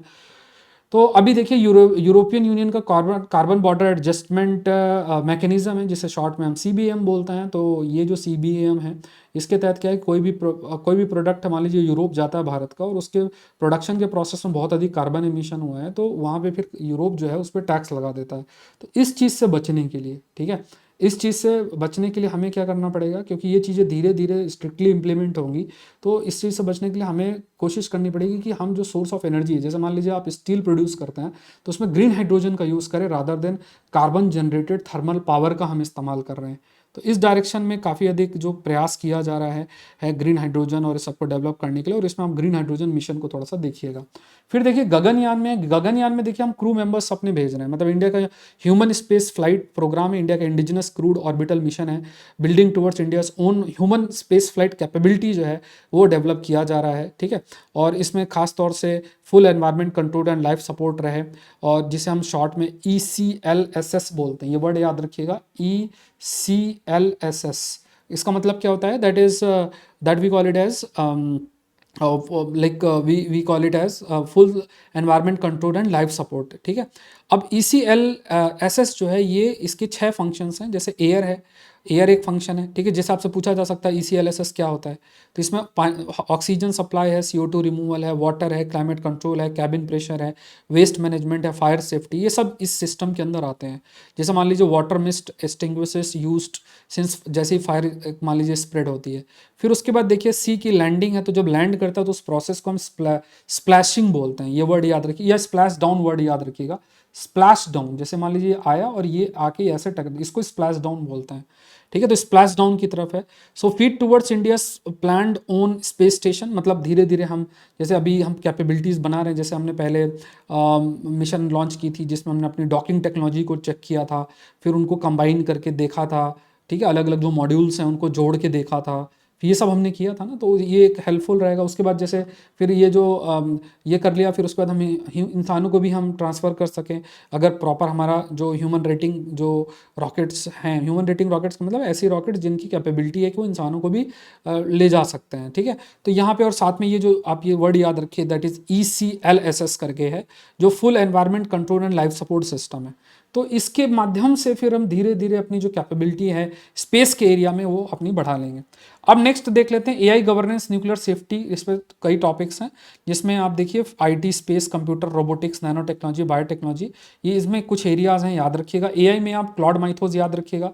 AI जो है मतलब आज के टाइम पे देखिए इस्तेमाल इसका काफ़ी अधिक है, इसके एप्लीकेशंस को आपको दिमाग में रखना है, एडवांस मॉडल्स इनके हैं, एग्रीकल्चर में भी इसका इस्तेमाल है, बहुत सारे एरियाज़ में जिस पर काफ़ी चर्चा हमने की हुई है पहले। तो अब देखिए AI जैसे क्लॉड माइथोस है, ये किसी भी सॉफ्टवेयर में उसकी कमियां ढूंढ सकता है और फिर उसका यूज़ करते हुए किसी भी सॉफ्टवेयर, मान लीजिए कोई हमारा सिस्टम ही है हेल्थ का, फाइनेंस का, वो कोई सॉफ्टवेयर यूज़ करता है, माइथोस उसको कमियों को ढूंढ के और वहाँ पे फिर उसको उस पर कोई साइबर थ्रेट या कोई अटैक हो सकता है। तो ये थोड़ा सा एक है। सो जैसा हमारी UPI, आधार, इंडिया स्टैक्स जो है, ये एक प्रकार से वनरेबिलिटी लिस्ट में है कि इनको मान लीजिए इनकी कमियों को आइडेंटिफाई करके, क्योंकि पूरा सिस्टम इन्हीं पर बेस्ड है और फिर उन पर अटैक किया जाए तो ये नुकसान कर सकता है। तो ये हमें धीरे धीरे इस कैपेबिलिटी को अपनी बढ़ानी पड़ेगी, जो क्योंकि AI का यूज़ करके भी साइबर अटैक और AI को यूज़ करके साइबर सिक्योरिटी इंश्योर करना, ये दोनों चीज़ें हैं, ठीक है। इसके बाद एक रोम डिक्लेरेशन वर्ड याद रखिएगा, हो सकता है इसमें प्रश्न बन जाए कि आज जुलाई 2026 global call Nobel laureate AI scientist, मतलब ये जुलाई 26 में ही हुआ है। AI साइंटिस्ट है, रिलीजियस लीडर्स हैं फॉर इंटरनेशनल ट्रीटी, जिसमें ऑटोनोमस AI सिस्टम का यूज़ न किया, मतलब न्यूक्लियर वेपन को यूज़ करने के लिए, जैसे मान लीजिए न्यूक्लियर वेपन है, न्यूक्लियर वेपन को चलाने के लिए AI डिसाइड कर रहा है, बोला ये नहीं होना चाहिए। तो ये रोम डिक्लेरेशन के अंदर इस चीज़ को हाईलाइट किया गया है। इसमें कहा गया कि like 4 capability that would make AI generally existential riskable, कि अगर वो एक्सेस कर सके, मतलब सिस्टम को ब्रीच कर सके, autonomy, operate without human support, या objective harmful programme goal and deception, मतलब ये डिटेक्शन को इवेड कर सके, ये बहुत सारी ऐसी चीज़ें हैं, मतलब एक्सेस, ऑटोनॉमी, ऑब्जेक्टिव और डिसेप्शन, इसको ये इवेड कर सकता है। ये रोम डिक्लेरेशन क्या है? इट्स अ ट्रीटी जो कि ban autonomous AI from nuclear launch decision making, ठीक है। तो AI compresses response time from hours two seconds, क्योंकि AI तुरंत डिसाइड करेगा। इंसान क्या है कि अगर कोई डिसीजन लेता है तो उसको थोड़ा सोचेगा, लेकिन AI तो तुरंत ही कर सकता है ना। नेक्स्ट देखते हैं न्यूरोमॉर्फिक कंप्यूटिंग है। न्यूरोमॉर्फिक कंप्यूटिंग क्या है? ये ब्रेन इंस्पायर्ड कंप्यूटिंग हार्डवेयर है, जिसे एक टर्म यूज होता है जिसे हम कहते हैं मेमोरिस्टर। मेमोरिस्टर्स क्या है? ये मेमोरी और प्रोसेसिंग को कंबाइन करता है एक कंपोनेंट में। जैसे कई बार क्या होता है, जैसे कंप्यूटर सिस्टम में क्या होता है कि चीज़ों को प्रोसेस करना एक जगह पे होता है और मेमोरी दूसरी जगह पे होता है। ये क्या होता है, दोनों का कॉम्बिनेशन एक ही जगह में होगा। तो ये नई डिज़ाइन है जिसमें हैफनियम ऑक्साइड और टाइटेनियम ऑक्सीनाइट्राइड का यूज़ आपका करते हुए और ये डेवलप आपका किया जा रहा है, ठीक है। ये जैसे हैफनियम ऑक्साइड और टाइटेनियम ऑक्सीनाइट्राइड जंक्शंस ऐसा ये यूज़ करके, और मतलब आप कह सकते हैं कि बहुत ही कम टाइम पे और ये बहुत ज़्यादा चीज़ों को प्रोसेस करके और आउटपुट दे सकता है। सो ये है but as a AI data centre electricity demands तेज़ी से बढ़ रहा है। और न्यूरोमॉर्फिक जो चिप है, न्यूरोमॉर्फिक जो चिप है, it offers a genuine hardware level efficiency solution, मतलब ये बहुत हाई लेवल आप कह सकते हैं कि genuine hardware level efficiency solution ये आपका प्रोवाइड जो है वो आपका करता है। फिर ये ध्यान में रखना है, तो it's perceive sensors perform actuators, मतलब बहुत सारे जो रोल्स हैं उसको ये अपना परफॉर्म कर सकता है। Hafnium oxides already used in advanced, जो कई ट्रांजिस्टर्स हैं उस पर यूज़ किया गया है, और ये जो चिप होती है ना उसको और बहुत एडवांस बना देता है। तो ये थोड़ा सा आप याद रखिएगा।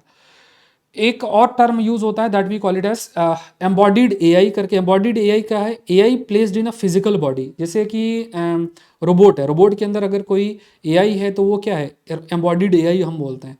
ये क्या कर सकता है? ये सेंस कर सकता है, एक्ट कर सकता है in real world, defined by where intelligence operates. Neuromorphing AI क्या है? AI build on the brain inspired heart. तो दोनों में डिफरेंस पूछा जा सकता है। मतलब जैसे एक तरफ हमारा दिमाग है, उस दिमाग को कहीं प्लांट कर दिया जाए, एक तरफ क्या है कि पूरा सिस्टम वो एआई के बेसिस पे चले। जैसे रोबोट है, तो रोबोट एग्जांपल है एम्बॉडीड एआई का। जैसे ये जो है ये एम्बॉडीड एआई है, और ये जो आप देख रहे हो ये न्यूरोमॉर्फिंग कंप्यूटिंग है। तो दोनों का अंतर आपको थोड़ा सा ध्यान में रखना है। नेक्स्ट देखते हैं बायो ई3 policy and genome editing, CRISPR के बारे में। तो देखिए जीनोम एडिटिंग वर्ड आप याद रखिएगा।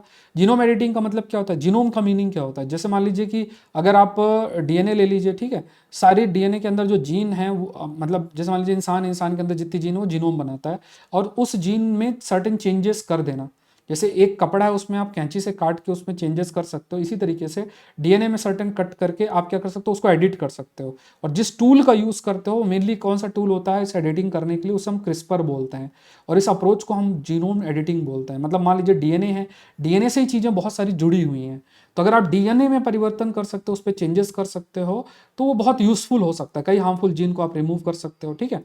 अब देखिए एक बायो ई3 पॉलिसी भी याद रखिएगा कि बायोटेक का यूज करना। बायोटेक क्या मतलब? मेनली मतलब जब बायोलॉजिकल सोर्स को एज अ टेक्नोलॉजी के रूप में आप यूज कर रहे हैं ह्यूमन वेलफेयर पर्पस के लिए, जैसे किसी माइक्रो ऑर्गेनिज्म को यूज कर रहे हैं आप और उसको यूज करके वैक्सीन बना ले, वो भी बायोटेक्नोलॉजी का हिस्सा है। तो जब आप उसको इकोनॉमी, एक्टिविटी, एनवायरमेंट और एम्प्लॉयमेंट जनरेशन के लिए यूज करते हो, तो उसको बायो ई3 पॉलिसी के तहत सरकार कर रही है, जिसमें आपका climate resilient agriculture, bio fertiliser, genome editing, crop, ये सब आप सारी चीज़ें आ जाती हैं। फिर जैसे बायो फार्मा है, ठीक है, बायोलॉजिकल सोर्सेज को यूज़ करके जो हम दवा डेवलप करते हैं, लगभग 10,000 crore for non animal methodology, 3D bio printing use करके जो बायो फार्मा डेवलप किया जा रहा है, ठीक है। एक टर्म यूज़ होता है सोमैटिक एडिटिंग। सोमैटिक का मतलब जो नॉर्मल सेल्स होते हैं ना उनमें चेंजेस करना, ठीक है, वो भी मेडिसिन में यूज़ होता है। और एक होते हैं जर्म लाइन एडिटिंग। जर्म मतलब जो हमारे स्पर्म्स हैं या एग है, जो जो जिससे इंसान का ओरिजिन है, उस पर अगर चेंजेस करना तो ये इलीगल माना जाता है, क्योंकि अगर आपने इस पे चेंजेस किया तो इंसान की प्रॉपर्टीज पे ही चेंज आपका हो सकता है। तो इस चीज़ को थोड़ा सा देखा जा रहा। तो ये थोड़े से वर्डिंग्स आपको याद रखना। एक तरफ है ये बायो ई3 वर्ड आप याद रखिएगा, और एक जो जीनोम एडिटिंग कंटेक्स्ट में, इसमें दोनों टॉपिक्स थोड़ा मिक्स नहीं करना है। तो एक तो बायो ई3 में ये याद रखना है, और एक एडिटिंग कंटेक्स्ट में somatic editing, germ line editing, ये सब याद रखिएगा। ये टूल होता है जिसे हम क्रिस्पर CS9 भी हम वर्ड यूज़ करते हैं। स्टेम सेल थेरेपी याद रखना। स्टेम सेल्स ऐसे सेल्स होते हैं जिनकी कैपेबिलिटी होती है कि वो नए सेल्स बना सकते हैं डिफ्रेंशिएट करके। जैसे मान लीजिए जैसे हमारा शरीर है उसमें बोन मैरो होता है, उन बोन मैरो के अंदर स्टेम सेल्स होते हैं। या जब इंसान एकदम इनिशियल फेस में है, जैसे हम जब बनते हैं तो हम एक सेल से स्टार्ट होते हैं, धीरे धीरे इतना बड़ा शरीर बनता है, तो वो सेल्स धीरे धीरे क्या, वो जो स्टेम सेल्स मौजूद होते हैं एम्ब्रियो में, वही अलग अलग जो हमारे शरीर के हिस्से को डेवलप करते हैं, ठीक है। तो ये स्टेम सेल थेरेपी कई पर्पस के लिए यूज़ हो सकते हैं। ल्यूकेमिया, थैलेसीमिया और कॉर्निया पर्पस के लिए, ट्रीट फिजिकल फ्रेलिटी, एजिंग और ये सब चीज़ें के लिए है ना यूज़ हो सकता है। By reducing small blood vessels inflammation crucial as India's elderly hit 20% by 2050। तो ये चीज़ आपकी कही गई है। तो इट ट्रीट्स फिजिकल फ्रेलिटी। जैसे मान लीजिए ऐसे कई आजकल होता है ना कि एजिंग को रोकने के लिए भी दवाई और ये सब का है। कई ऐसे मान लीजिए बॉडी लेवल पे ट्रीटमेंट करना है तो स्टेम सेल थेरेपी का यूज़, क्योंकि स्टेम सेल से खास बात क्या है, कोई भी जैसे मान लीजिए कि जैसे इंसुलिन नहीं बन रहा है, ठीक है, क्यों नहीं बन रहा है? क्योंकि एक सर्टेन ऑर्गन है जो कि इंसुलिन प्रोड्यूस कर रहा है, वो सही से फंक्शन नहीं कर रहा है। स्टेम सेल्स क्या करेगा? उस ऑर्गन को डेवलप कर देगा और फिर वहाँ से आराम से इंसुलिन प्रोड्यूस होने लग जाएगा। तो स्टेम सेल थेरेपी इस टाइप के पर्पस के लिए यूज फ्यूचर के अंदर आपका हो सकता है। एक और टॉपिक आता है माइक्रोस्कोपिक रोबोट के बारे में, याद रखिएगा। ये रोबोट है जिनकी बहुत छोटी साइज होती है, लगभग आप याद रखिए 0.2 इंटू 0.3 इंटू और 0.05 करके, ठीक है।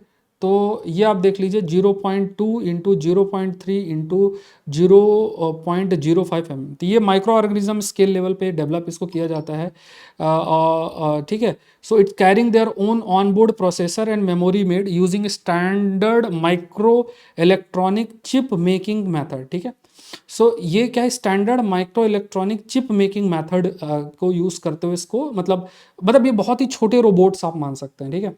सो आप सोचिए इतने छोटे छोटे रोबोट्स हैं ना कि छोटे कीड़े के साइज के, इनमें सेंसर्स होते हैं, मूव कर सकते हैं, मतलब इलेक्ट्रिक फील्ड जो सर्टन होती है उससे ये एनर्जी मिलती है, सोलर सेल्स इसमें होते हैं जहाँ से पावर जनरेट करते हैं और फिर ये मूव करते हैं, तो ये इन्हें माइक्रो रोबोट्स बोलते हैं।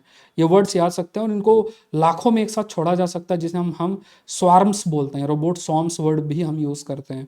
मतलब इनमें ऑनबोर्ड टेम्परेचर सेंसर्स भी होते हैं और इससे रोबोट नेविगेट करते हैं टूवर्ड्स वार्मथ।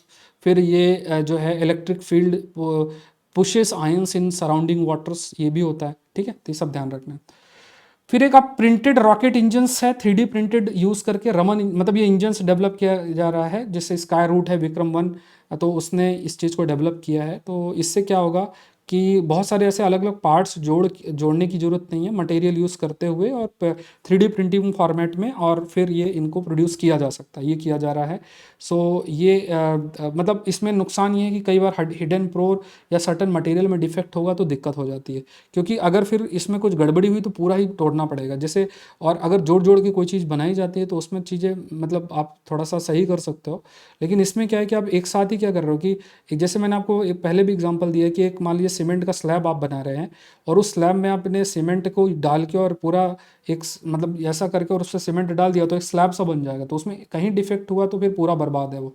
इसी प्रकार से ये इंजन का जो मतलब ये रॉकेट बनाई जा रही है 3D प्रिंटेड जो रॉकेट इंजन बनाया जा रहा है, तो उसमें भी ये एक डिफेक्ट के रूप में कंसिडर आपका किया गया है, ठीक है। तो ऑल दो इसका बेनिफिट ये है कि 50% जो पार्ट प्रोडक्शन टाइम रिड्यूस हो जाएगा, 80% बोल्ट जॉइंट इसकी ज़रूरत नहीं पड़ेगी, but fine cooling channels impossible है, तो ये भी है। फिर उसके लिए मतलब फाइन कूलिंग चैनल्स जो हैं इम्पॉसिबल है बाय कन्वेंशनल ड्रिलिंग, तो कूलिंग के लिए कुछ अलग से करना पड़ेगा। इसमें हिडन पोर हो सकते हैं, रफ इंटरनल सरफेस हो सकती है, मटेरियल में भी डिफेक्ट हो सकता है, ये सब चीज़ें।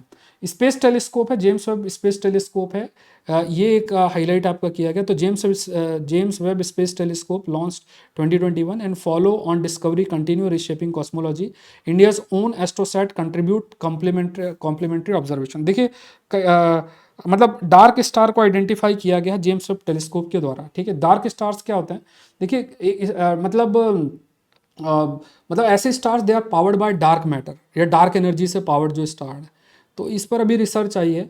सो dark energy confirmed 68% of universe dark energy है, और इसमें कई ऐसे मिशंस हैं जो इन चीज़ों को स्टडी आपका कंटिन्यूसली कर रहे हैं, ठीक है। Dark energy new type IA supernova analysis किया गया था और हाईलाइट किया गया था कई चीज़ों के बारे में, डार्क एनर्जी और इन सब के बारे में भी बोला गया था, ठीक है। फिर देखिए एक आता है पोस्ट क्वांटम क्रिप्टोग्राफी, ये एक टर्म याद रखिएगा। क्रिप्टोग्राफी का मतलब क्या होता है, जैसे क्रिप्टोग्राफी क्या होती है, जैसे मान लीजिए मैंने कोई नाम लिखा और उसको अगर किसी एनक्रिप्ट कर दिया तो वो क्रिप्टोग्राफी के अंदर आती है।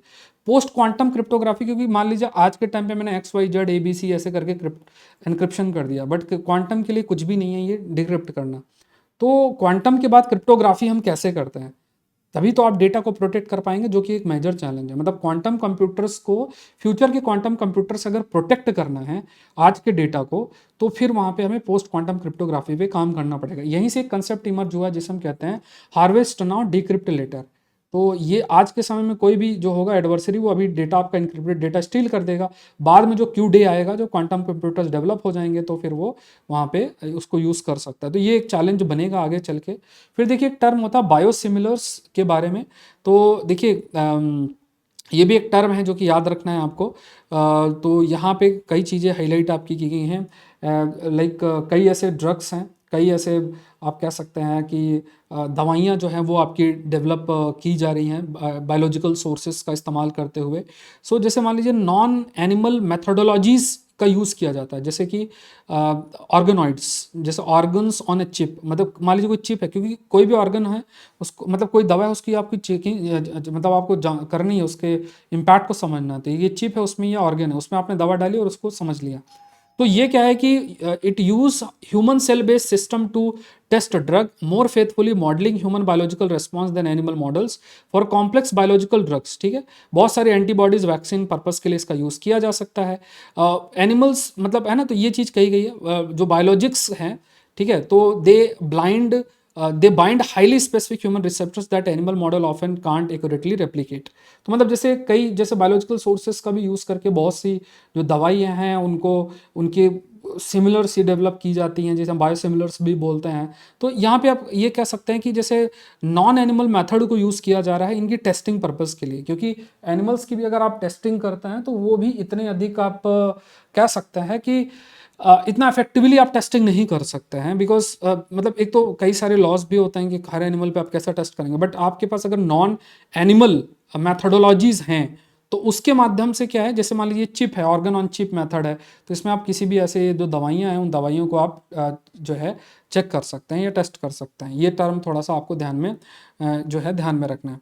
देखिए ऐसे जो प्रश्न होते हैं जैसे जो कि बहुत मतलब अच्छे फ्रेम होते हैं आप लोगों के लिए, और है ना, और ऐसे प्रश्न को मतलब जरूरी नहीं कि डायरेक्टली फ्रेम हो, कई जगह पे भी ये आप आपसे जो है पूछे जा सकते हैं, कई लेवल पे जो है वो आपसे प्रश्न इसमें जो है पूछे जा सकते हैं। ठीक है, तो यहाँ पे जैसे मान लीजिए बहुत सारे ऐसे जेनरिक मेडिकेशंस होते हैं और बहुत सारी ऐसी दवाइयाँ होती हैं मेडिकल कंटेक्स्ट में पूछा जाए कि भाई बताओ कि इनमें क्या इस फील्ड में डेवलपमेंट्स हुए हैं, ऐसे कई सारी चीज़ें आपसे पूछी जा सकती हैं।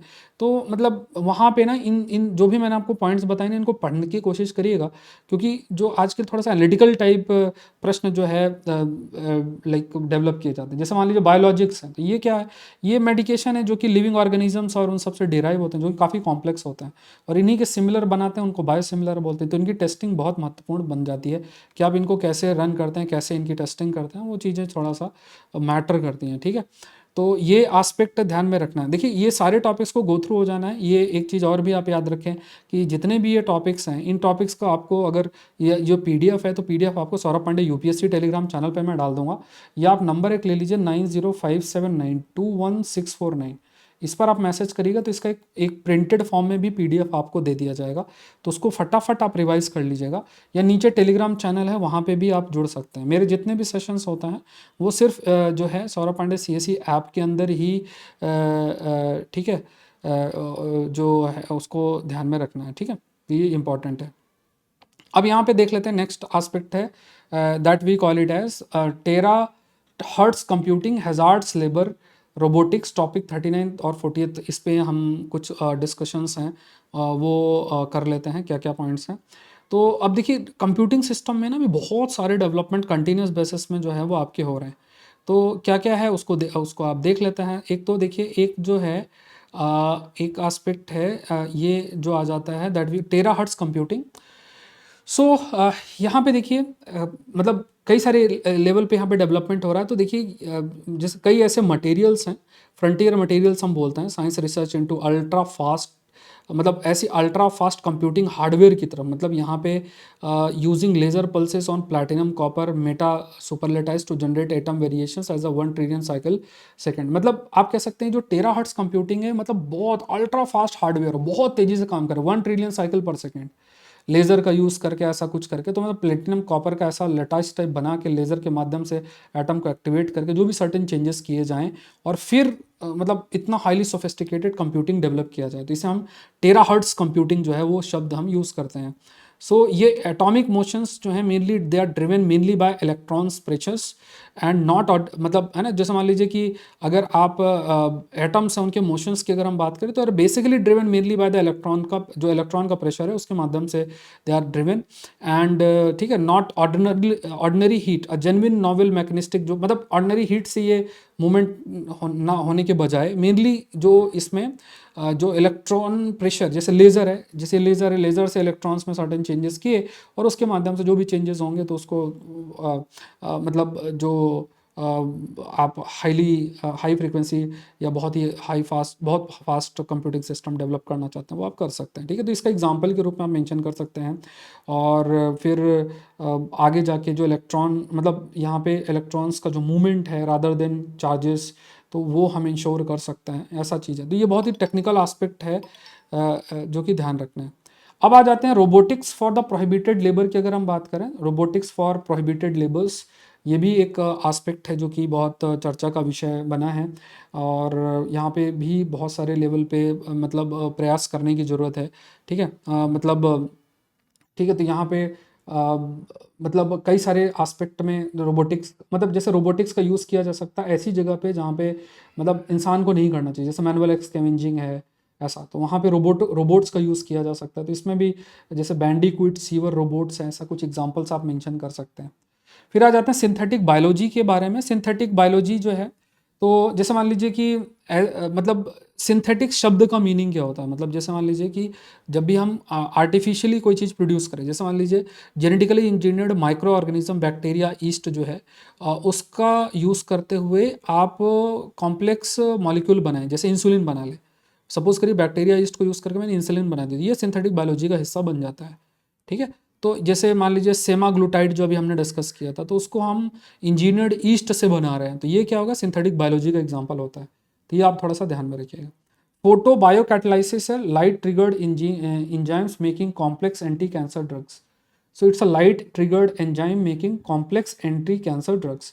तो जिसे हम फोटो बायो कैटालिसिस वर्ड हम यूज़ करते हैं, तो इट्स अ लाइट ट्रिगर्ड, मतलब ये भी एक प्रकार का लाइट के द्वारा ट्रिगर्ड एंजाइम है, जिसके माध्यम से कॉम्प्लेक्स एंटी कैंसर जो ड्रग है वो आपकी डेवलप की जाती है। ठीक है, एआई इन साइंटिफिक रिसर्च की अगर हम बात करें, एआई का इस्तेमाल साइंटिफिक रिसर्च के लिए, तो कई पर्पस के लिए, मतलब देखिए एआई का साइंटिफिक रिसर्च में बहुत यूज़ हो सकता है, क्योंकि बहुत सारा, आप सोचिए ना कि डेटा और इस सबको बहुत आसानी से आइडेंटिफाई किया जा सकता है, चेक किया जा सकता है, नया डेटा लाया जा सकता है, बहुत चीज़ें हैं। तो ये आप खुद से भी मेंशन कर सकते हैं। फिर आ जाते हैं नेक्स्ट, इसमें है नैनो टेक्नोलॉजी का यूज़ है। Nanotechnology at the scale of 1 to 100 nanometre है। तो nanotechnology that is the manipulation of matter at 1 to 100 nanometre scale to create material device with fundamentally new properties. ठीक है, तो ये बहुत महत्वपूर्ण एस्पेक्ट है। तो गवर्नमेंट ने जो मिशन है नैनो साइंस के ऊपर, टेक्नोलॉजी से नैनो मिशंस बोलते हैं department of science and technology में। तो it funds nano material research, जो नैनो स्केल पे जो मटेरियल्स हैं उनको उस पर रिसर्च करना, ह्यूमन रिसोर्स डेवलपमेंट करना। इसका कई जगह यूज़ किया जा सकता है, दवा के ड्रग डिलीवरी के लिए। उसके ड्रग डिलीवरी मतलब शरीर के अंदर जो स्पेसिफिक टारगेट है वहाँ पे डायरेक्टली जो दवा है उसको टारगेट करके वो इफेक्टिवली डिजीज़ को ख़त्म करने में रोल प्ले कर सकती है, साइड इफेक्ट को रिड्यूस करने में। नैनो डायग्नोस्टिक में यूज़ हो सकता है, नैनो इम्प्लांट्स में यूज़ हो सकता है। ठीक है, कई नैनो कोटेड इम्प्लांट्स हैं जिससे कि इन्फेक्शन और रिजेक्शन के चांसेस और हो जाए, जैसे कोई प्लांट इम्प्लांट करते हैं शरीर में, कोई ऑर्गन इम्प्लांटिंग या कुछ भी, तो इसमें नैनो कोटेड जो है कुछ यूज़ किया जा सकता है जिससे कि रिजेक्शन को रिड्यूस किया जा सके। ठीक है, तो ये सब किया जा सकता है कई जगह पे। मैग्लो फ्लोरेसेंट प्रोटीन जो है, it act as a quantum sensor, मतलब ये एक सर्टेन प्रोटीन है जिसको नैनो स्केल में डेवलप करके और फिर ये क्वांटम सेंसर का काम कर रही है लिविंग सेल्स के अंदर। सो ये जो इंपॉर्टेंट डिस्कवरीज है ना, इनको आप कोट कर सकते हैं, जब भी नैनो स्केल में क्या डेवलपमेंट हुआ, कैसे यूज़फुल है, ये ध्यान रखना है। फिर एक चीज़ ये भी आप याद रखिएगा, 2025 में ठीक है, तो एक अल्ट्रा मैग्नेटिज्म वर्ड याद रखिएगा। सो ये भी एक एस्पेक्ट है, जो कि ultra magnetism it's a newly confirmed third fundamental class of magnetism जो आइडेंटिफाई आपका किया गया है। ठीक है, तो ये नोबेल प्राइज में एक और टर्म आप याद रखिएगा जो कि महत्वपूर्ण आपसे पूछा जा सकता है, that is metal organic framework. ठीक है, MOF जिसे हम बोलते हैं, जिसमें क्या होता है कि जो मेटल आयंस होते हैं और वो ऑर्गेनिक लिंकर से जुड़े होते हैं। मेटल आयंस होते हैं और ऑर्गेनिक लिंकर से वो जुड़े होते हैं। ठीक है, तो MOF शब्द हम उसको बोलते हैं, मेटल ऑर्गेनिक फ्रेमवर्क। ये एक स्पंज की तरह होता है, ये बहुत सारे पर्पस में यूज़ हो सकता है ना, बहुत सारे पर्पस में। तो इसके बारे में, इसके एप्लीकेशंस और थोड़ा सा एक बार गो थ्रू होइएगा, बहुत हाई चांसेस है कि पूछ भी सकता है कि ये क्या है, और ये सब प्रश्न आपके लिए फ्रेम हो सकता है। नेक्स्ट देखते हैं पेटेंट लॉ, सेक्शन 3D के है इंडिया पेटेंट लॉ का सेक्शन 3D। सेक्शन 3D की अगर हम बात करें, सो ये 2005 में जो आपका ट्रिप्स में है कंप्लायंस अमेंडमेंट, इसके तहत it bars patent on a mayor new form of already known substance, मतलब किसी ऑलरेडी नोन सब्सटेंस है और उसमें सर्टेन चेंज करके और फिर आप सोचो कि उसको पेटेंट करा लो, तो ये इस चीज़ को मना करता है। ठीक है, मतलब अगर कुछ सर्टेन, मतलब कुछ अफेक्टिव है, तभी उसको पेटेंट कराया जा सकता है। तो it is against evergreening. Generally क्या होता है, किसी चीज़ की पेटेंट कराई, उसमें चेंजेस किए, फिर पेटेंट करा लिया, तो इसको एवरग्रीनिंग बोलते हैं। तो इसके खिलाफ ये आपका सेक्शन 3D है कि आप ऐसा थोड़ा बहुत चेंजेस करके जो है ऐसा नहीं कर सकते हो, ये चीज़ आपको ध्यान रखना है। फिर एक ट्रेडिशनल नॉलेज डिजिटल लाइब्रेरी है, ये एक डेटाबेस है जिसमें आयुर्वेद, यूनानी, योगा, बहुत सारी ऐसी चीज़ें हैं, इनका सारा का सारा जो नॉलेज है वो एक जगह पे आपका स्टोर है। ठीक है, traditional knowledge digital library context में है। Use as a prior art evidence to defeat fake foreign patents. जैसे मान लीजिए बाहर के लोग हैं ना, हल्दी, नीम और इन सब में जाके इनका डेटा पूरा वो कर लेते हैं, तो इन चीज़ों से बचने के लिए ये पूरा का पूरा ट्रेडिशनल नॉलेज डेटा जो लाइब्रेरी है उसको आपका जिसे हम TKDL बोलते हैं, तो TKDL के माध्यम से जो है वो ये पूरा का पूरा हमारा नॉलेज को हम एक बचा के रखना चाहते हैं। Like it contains 2 million documented medicinal formulation और ये सब चीज़ें हैं इन मल्टीपल लैंग्वेजेस। और it help revoke reject patterns wrongly claiming turmeric wound healing properties neem's pesticidal properties as a novel inventions. ठीक है, ये चीज़ आपकी कही गई है। ठीक है, तो थोड़ा सा ध्यान में रखना। 4 पिलर्स ऑफ इट, इसमें ये रीड कर लीजिएगा। GS3 में पेटेंट है, कोई नया इन्वेंशन में होता है, कॉपीराइट होता है, ओरिजिनल एक्सप्रेशन में होता है, ट्रेडमार्क होता है, ब्रांड लोगोज ये आता है, ट्रेड सीक्रेट में कॉन्फिडेंशियल बिजनेस आता है। Geographical indications and compulsory licensing की अगर हम बात करें तो टॉपिक 48 49 कंटे। तो GI क्या है? It protect goods links to specific regions quality. ठीक है, GI जैसे मान लीजिए दार्जिलिंग का टी बासमती है, तो उससे जो है वो GI टैग होता है, मतलब वो उसका क्या है, वो जोग्राफिकली एसोसिएटेड है एक पर्टिकुलर। ठीक है, कंपलसरी लाइसेंसिंग वर्ड आप याद रखिएगा, सेक्शन 84 के अंदर आता है। TRIPS compliant mechanism section 84 patent act 1978 allows a government to authorise a third party to produce a patented product without a patent holder consent. मान लीजिए किसी ने पेटेंट कर रखा है तो, और वो बहुत जरूरी कोई दवा है, तो सरकार अलाउ कर सकती है थर्ड पार्टी की कि आप जो इसका चाहें तो इसका एक जेनरिक दवा बना लें लार्जर पब्लिक इंटरेस्ट के लिए। तो ये सेक्शन भी आपको याद रखना है। ठीक है, चिप और चिप डिज़ाइन और ये जो ऐसे सेमीकंडक्टर मिशन 2.0 है, प्लस एनर्जी कंटेक्स्ट के जो चीज़ें हैं वो ज़रूर से याद रखिएगा। खासतौर से जो न्यूक्लियर एनर्जी वाला पॉइंट है वो ज़रूर से याद रखिएगा। और ये जो आपका न्यूक्लियर सो कॉल्ड स्टेजेस है, न्यूक्लियर प्रोग्राम की जो 3 हमारी स्टेजेस है ना, उसके पॉइंट्स को भी ज़रूर से याद रखिएगा। वहाँ से प्रश्न आपके लिए जरूर से जरूर बन सकते हैं, ये ध्यान में रखना है। मुझसे जरूर से जुड़े रहें। पिछली बार जो मैंने कंटेंट को अलग से कराया था, तो जैसे ये इस तरीके से मैं आप लोग के लिए मैगजीन भी निकालता हूँ, तो ठीक है, ये पेड है सारी। ठीक है, ये ध्यान रखना है। आप मैगजीन सब्सक्रिप्शन प्लान का हिस्सा बन जाइएगा। तो हर सब्जेक्ट वाइज ये कंटेंट आपको दिया जाता है। ठीक है, सब्जेक्ट वाइज कंटेंट प्रॉपर रहता है, तो गो थ्रू आपको हो जाएंगे, बढ़िया से रिवाइज करेंगे। किसी को डाउट हो तो मैं आपको बता दूं कि 2026 के प्रीलिम्स में मेरे सेशन से 35+ प्रश्न ऑलरेडी आपके आए हुए हैं, फॉलो करना है। आपको जुड़ने के लिए क्या करना है, आप एग्रीकल्चर ऑप्शनल के लिए मुझसे जुड़ सकते हैं। इसके अलावा डेली करंट अफेयर की क्लासेस भी चलती हैं, और ये नंबर है, कोई क्वेरी इस पर मैसेज करिए, आप डाउनलोड करिए सौरभ पांडे CSE ऐप। और current affair magazine subscription plan का भी हिस्सा बन सकते हैं, ये डाउनलोड करिए। ठीक है, और ये एडवांस बुक सीरीज का भी आप हिस्सा बन सकते हैं, जहाँ पे सारी किताबों को भी कवर किया जा रहा है। हाई क्वालिटी कंटेंट पढ़ेंगे तो मेंस में बहुत अच्छा कर सकते हैं। धीरे धीरे और भी चीज़ें मैं लेकर आऊँगा आप लोग के लिए, फटाफट आप रिवाइज कर सकते हैं। Thank you everyone, thank you.